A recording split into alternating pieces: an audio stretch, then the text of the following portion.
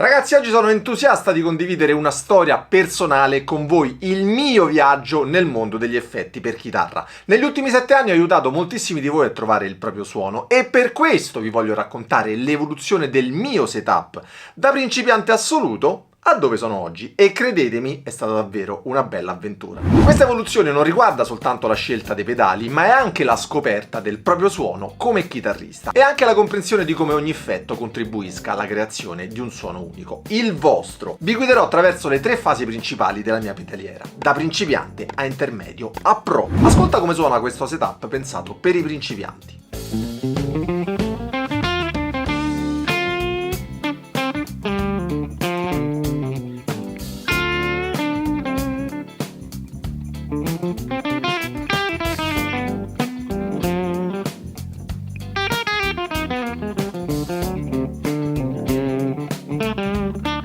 E ora ascoltalo con la pedaliera Pro.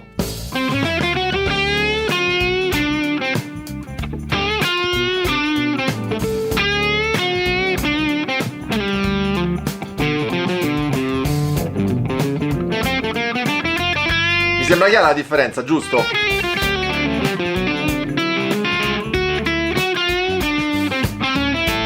Se non la percepisci, ti consiglio di studiare come funzionano gli effetti, quali sono i parametri e capire come trovare il suono giusto.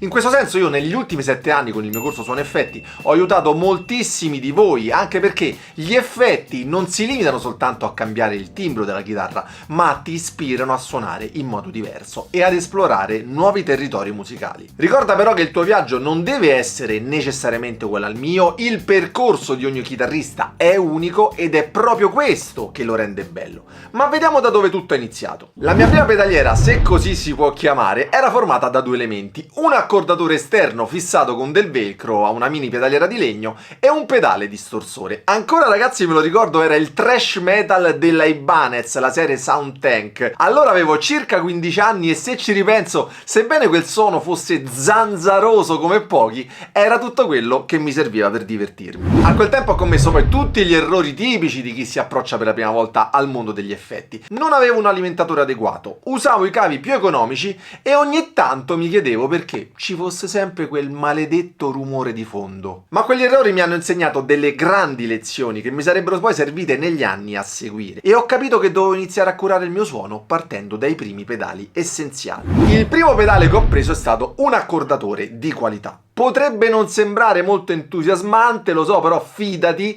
avere la chitarra accordata è alla base di tutto. E l'ho imparato nel modo più diretto dopo che ho rivisto alcuni video piuttosto imbarazzanti delle mie prime esibizioni.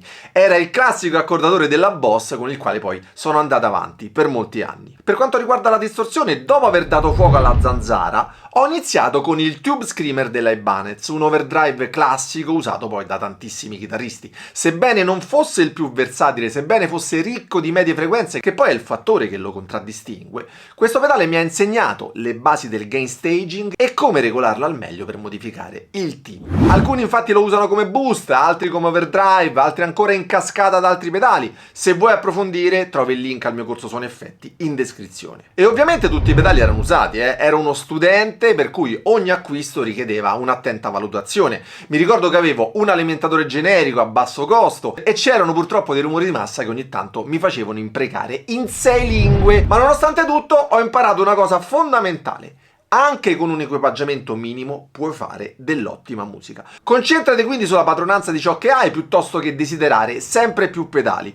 Parti da un solo effetto ed impara ad usarlo bene. Poi, quando ne percepirai i limiti, inserirai un secondo effetto, ma non prima. Quindi, man mano che il mio modo di suonare migliorava e iniziava a suonare regolarmente, la mia pedaliera si è naturalmente ampliata. È stato allora che ho iniziato davvero a capire il percorso del segnale e come ogni effetto interagisce con gli altri. E devi sapere che una delle chiavi è stato proprio sperimentare e capire come i vari pedali si comportano quando sono messi in cascata. Anche l'ordine quindi è importante e anche se non ci sono delle regole fisse, dopo le distorsioni ti consiglio di mettere gli effetti di modulazione e di ritardo. Quali? Prima di vederli, se il video vi sta piacendo, prendete il vostro effetto più costoso, che tanto non ci fate nulla se non sapete come usarlo, e gettatelo sul pulsante mi piace, doppio mi piace, e non azzardatevi a iscrivervi a questo canale. Non vi voglio Sappiate però che soltanto a 100.000 iscritti vi dirò perché. Non dovete iscrivervi al canale.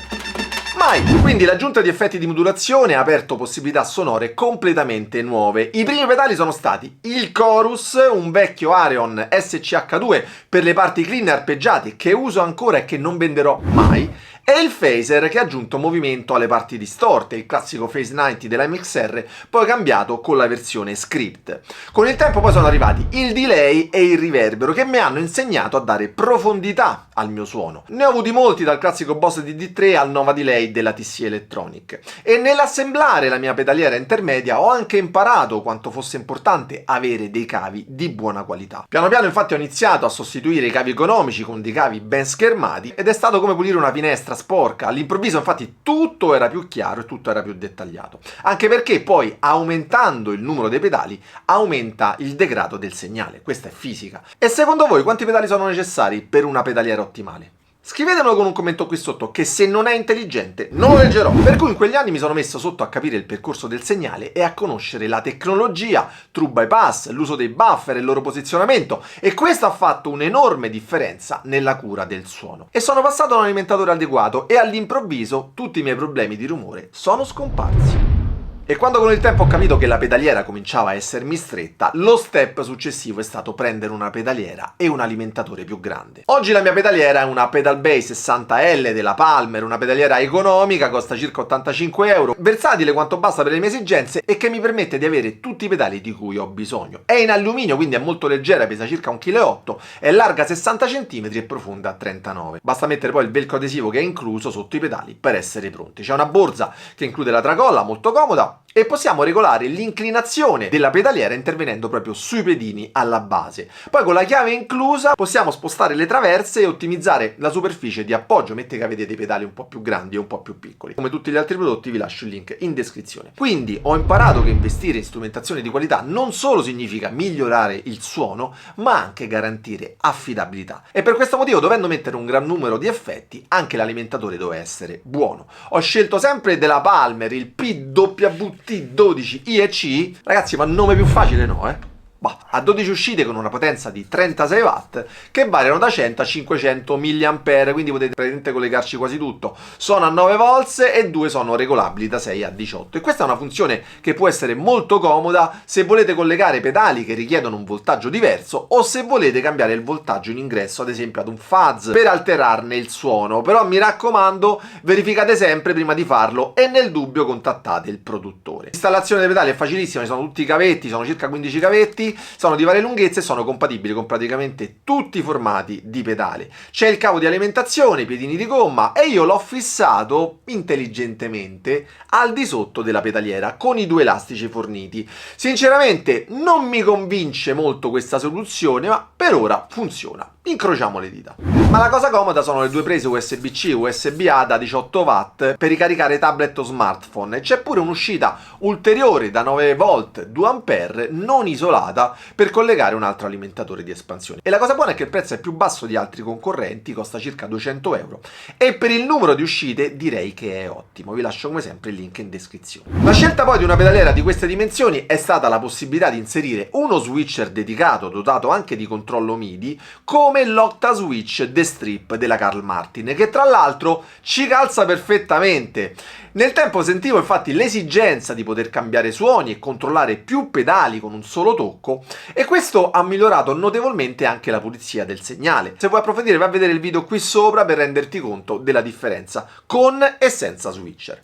E avere poi la possibilità di usare gli effetti stereo come i pedali della Walrus Audio, come l'M1 per le modulazioni, il D1 per il delay e l'R1 per i reverberi, ha aggiunto una dimensione incredibile al mio suono. E la cosa più importante è che con i preset programmabili mi posso concentrare maggiormente sull'esecuzione e meno sul ballare il tip tap durante le canzoni. Poi questo setup mi permette all'occorrenza di bypassare l'amplificatore ed entrare direttamente nell'impianto, grazie al simulatore di ampli e cabinet ACS1 e la DI Canvas Stereo, entrambi della Walrus Audio, che ho posizionato sotto la pedaliera.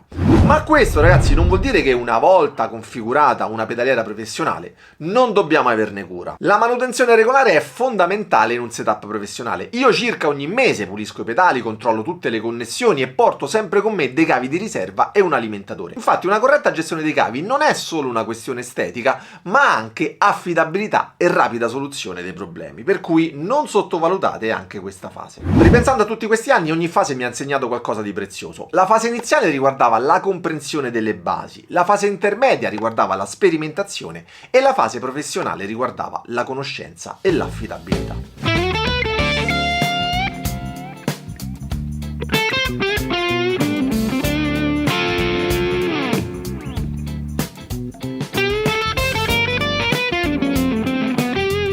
Per quelli di voi che stanno iniziando o che hanno iniziato da poco, mi sento di darvi dei consigli. 1. Inizia con un accordatore di qualità e un solo effetto a pedale, quello che preferisci. 2. Studia ogni parametro di quell'effetto e prova a tirarci fuori il suono che hai in testa.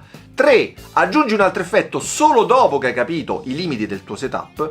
4. Investi subito in un buon alimentatore. E 5. Se hai bisogno, chiedi informazioni alla comunità online, come ad esempio il mio gruppo Facebook Professione Chitarrista, e condividi la tua esperienza con gli altri.